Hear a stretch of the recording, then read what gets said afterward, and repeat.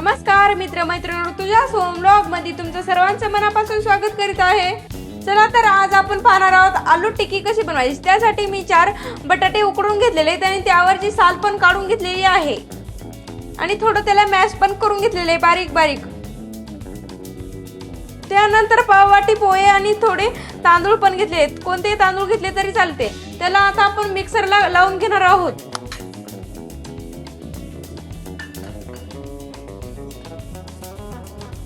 मिक्सरला हे बारीक होईपर्यंत तांदूळ आणि पोहे लावून घ्यायचे। हे पहा असं बारीक तयार झालेले आहे। चला आता आपली टिक्की बनवायला सुरुवात करू। त्यासाठी मी बारीक चिरून घेतलेले आहे, यामध्ये मिरच्या टाकून देते।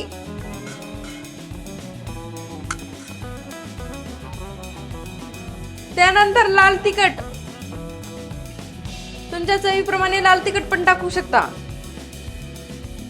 गरम मसाला आणि अर्धा चमचा धने मसाला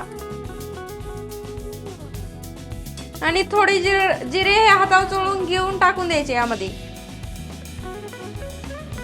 आणि हे पोहेचं आणि तांदळाचं मिश्रण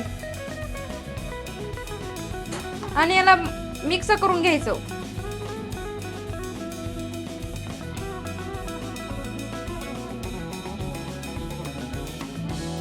त्यानंतर चवीप्रमाणे मीठ आणि लिंबाचा रस यामध्ये पिळून घ्यायचा, लिंबाचा रस। त्यानंतर याला असं परफेक्ट मिक्स करून घ्यायचं।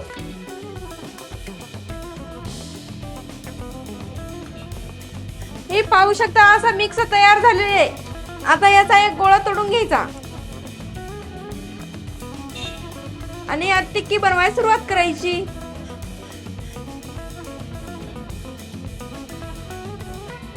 आणि दोन्ही हाताच्या गोल आधीवर गोल गोल करायचं, नंतर दोन्ही हाताच्या मध्ये दाबून घ्यायचं। याला लहान मोठं तुमच्या आवडीप्रमाणे, मला तर छोटच आवडत त्यामुळे मी छोटच करून घेणार आहे।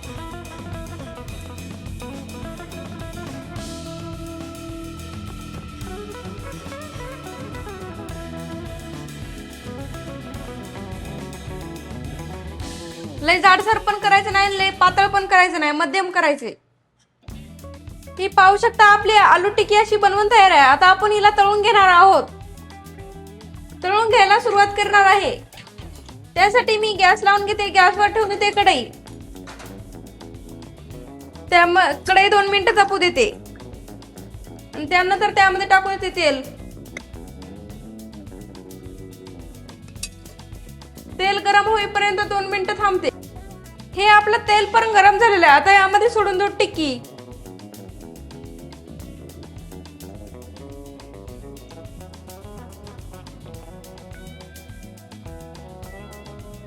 खमंग आणि कुरकुरीत वास पण यायला, सुगंध यायला सुरुवात झालेली आहे।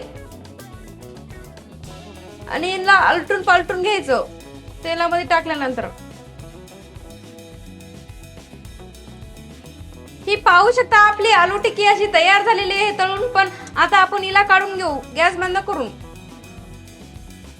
ही पाहू शकता असा खुसखुशीत कुरकुरीत तयार झालेली आहे आलू टिक्की। आता हिला प्लेट मध्ये काढून घेऊ आणि खायला सुरुवात करू। ही पाहू शकता आपली खुसखुशीत अशी आलू टिक्की तयार झालेली आहे। खायला सुरुवात करू आता। हा मस्त लागत आहे। ही जर आलू टिक्कीची रेसिपी तुम्हाला आवडली असेल तर लाईक करा, कमेंट करा आणि चॅनलला सबस्क्राईब केलं नसेल तर नक्की करा। भेटूत आपण पुन्हा अशा सोप्या रेसिपी सोबत। व्हिडिओ पाहिल्याबद्दल धन्यवाद।